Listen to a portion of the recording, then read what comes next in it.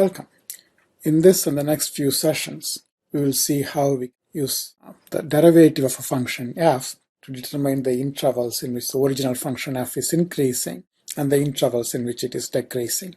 The basic fact we need is that if f prime of x is positive in some open interval a to b, then f is increasing in that interval a to b.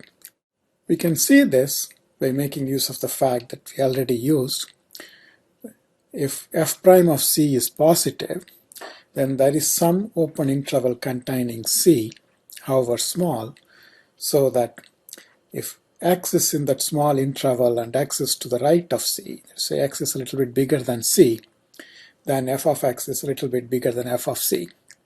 And if x is a little bit less than c, then f of x is less than f of c.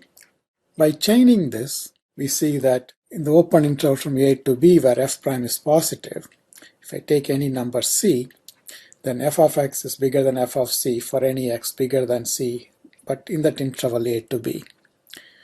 And on the left, if x is a little bit less than c, or a little bit more than a bit less than c, but still within the interval a to b, then f of x is less than f of c. This is of course just the requirement that needs to be met to say that f is increasing in that interval, because c could be any number in that interval.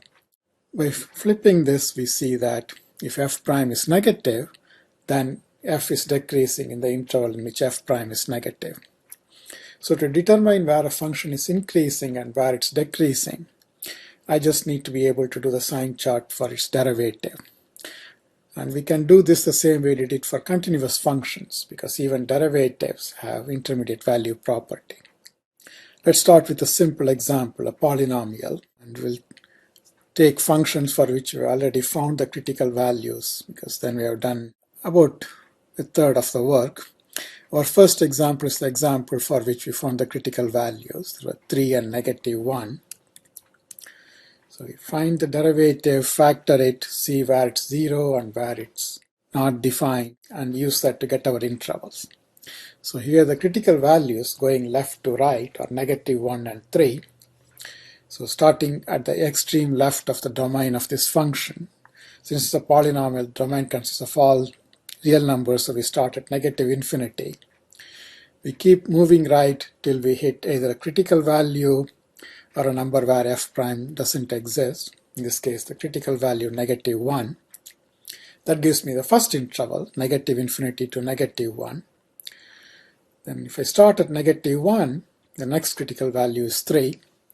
So I have the interval -1 to 3, where f prime is neither 0 nor undefined. Finally, from 3, there are no abstractions till we hit infinity. We will do a sign chart for f prime this time. We'll just take some test value in each interval and determine the sign of f prime. Since we have factored form of f prime, we can do this by determining number of negatives. So at -2, f prime is negative times negative, which is positive. At 0, f prime is -9, that's negative. And at 4, f prime is positive, because it's positive times positive. We want to determine where the original function is increasing. That's equivalent to saying that f prime is positive. So we look at the intervals and see where f prime is positive. That's the first and the third intervals. So that f prime is positive from -infinity to -1 and 3 to infinity. So that's where f is increasing. This is the basic idea behind using f prime to determine intervals in which a function is increasing or decreasing. We'll be doing more examples in later sessions.